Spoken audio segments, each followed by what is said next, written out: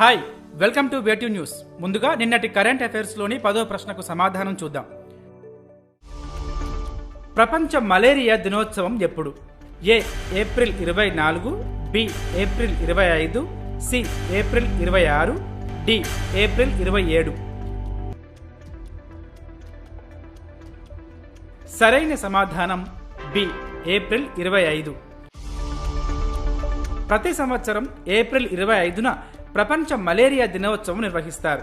ఈ రోజున మలేరియా నియంత్రణ గురించి చర్చలు, వ్యాధిపై ప్రజల్లో అవగాహన కల్పించే కార్యక్రమాలు నిర్వహిస్తారు.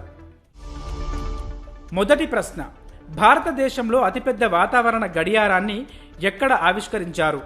ఏ Bengaluru, B Chennai, C Mumbai, D New Delhi. సరైన సమాధానం డి న్యూఢిల్లీ. ఎర్త్ డే సందర్భంగా న్యూఢిల్లీలోని Council of Scientific and Industrial Research ప్రధాన కార్యాలయంలో భారతదేశంలోని అతిపెద్ద వాతావరణ గడియారాన్ని ఆవిష్కరించారు. 1942లో ఏర్పాటైన CSIR విభిన్న శాస్త్రీయ పరిశోధనలను నిర్వహిస్తుంది. రెండవ ప్రశ్న, భారతదేశంలోనే మొట్టమొదటి 3D డమ్మీ బ్యాలెట్ యూనిట్లను ఎవరు తయారు చేశారు? A IIT Madras, B IIT Bombay, C IIT Kharagpur, D IIT Guwahati. సరైన సమాధానం డి IIT గౌహతి. అస్సాంలో ఓటర్లకు అవగాహన కల్పించేందుకు IIT గౌహతి బృందం దేశంలోనే మొట్టమొదటి 3D డమ్మీ బ్యాలెట్ యూనిట్లను తయారు చేసింది. ఇవి ఎన్నికల సంఘం ఉపయోగించే అసలు బ్యాలెట్ యూనిట్లను పోలి ఉన్నాయి. ఎన్నికల తరువాత ఇందులో ఉపయోగించిన ప్లాస్టిక్ను ఇతర వస్తువుల తయారీకి ఉపయోగించవచ్చు. మూడవ ప్రశ్న, ఇటీవల ఏ దేశంలో తొలిసారి హిందీ రేడియో ప్రసారాలు ప్రారంభమయ్యాయి? A Iran, B Turkey, C Kuwait, D Saudi Arabia. సరైన సమాధానం సి కువైట్. ఇటీవల కువైట్లో హిందీ భాషలో రేడియో ప్రసారాలు ప్రారంభమయ్యాయి. కువైట్లో నివసించే 10 లక్షల మందికి పైగా భారతీయులకు వారి స్వదేశ భాషలో వార్తలు, సంగీతం, వినోదం, సమాచారాన్ని అందించడానికి ఇది ఉపయోగపడుతుంది. నాలుగవ ప్రశ్న, డేటా ట్రాఫిక్లో ప్రపంచంలోనే అతిపెద్ద మొబైల్ ఆపరేటర్గా అవతరించిన సంస్థ ఏది? A Reliance Jio, B China mobile limited, C Bharti Airtel, D China Unicom. సరైన సమాధానం A Reliance Jio. China mobile లిమిటెడ్ను అధిగమించి డేటా ట్రాఫిక్లో ప్రపంచంలోనే అతిపెద్ద మొబైల్ ఆపరేటర్గా రిలయన్స్ జియో అవతరించింది.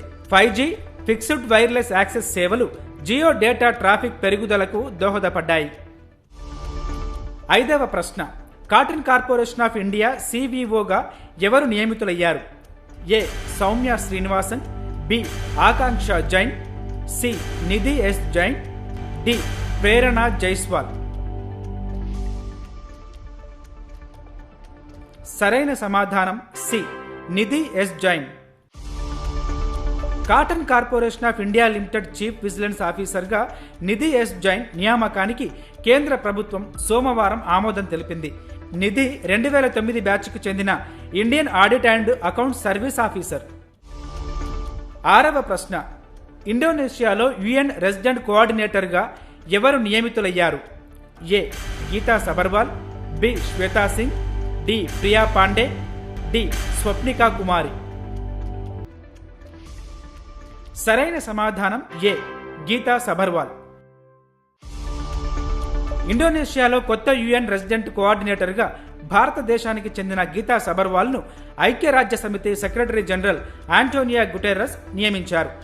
UN రెసిడెంట్ కోఆర్డినేటర్ అంటే దేశ స్థాయిలో ఐక్యరాజ్య సమితి అభివృద్ధి కార్యక్రమాలు నిర్వహించే అత్యున్నత స్థాయి ప్రతినిధి.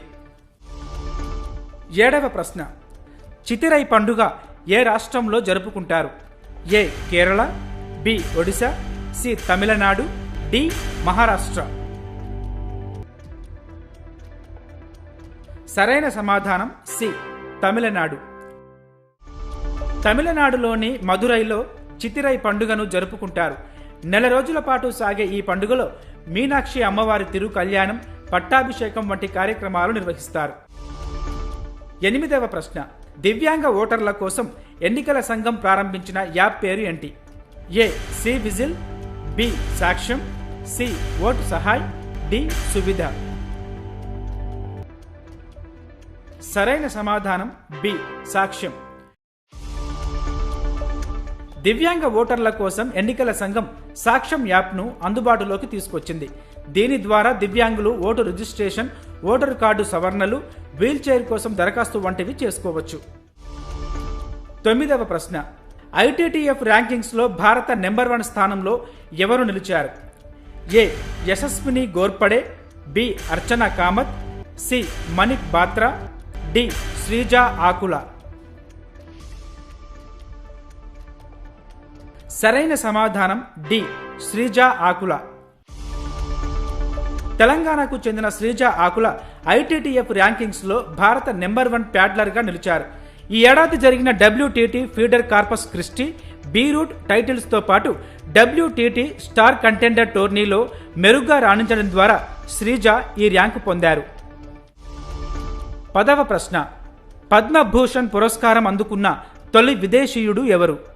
ఏ. Ismail Omar Guelleh, B. Yang Liu, C. Elon Musk, D. Antonia. మీ పరీక్షలకు ఉపయోగపడే కరెంట్ అఫైర్స్ను ప్రతిరోజు సాయంత్రం 7 గంటలకు మీకు అందిస్తుంది వేటు న్యూస్ యాప్. సో ఇప్పుడే ఇన్స్టాల్ చేసుకోండి వేటు న్యూస్.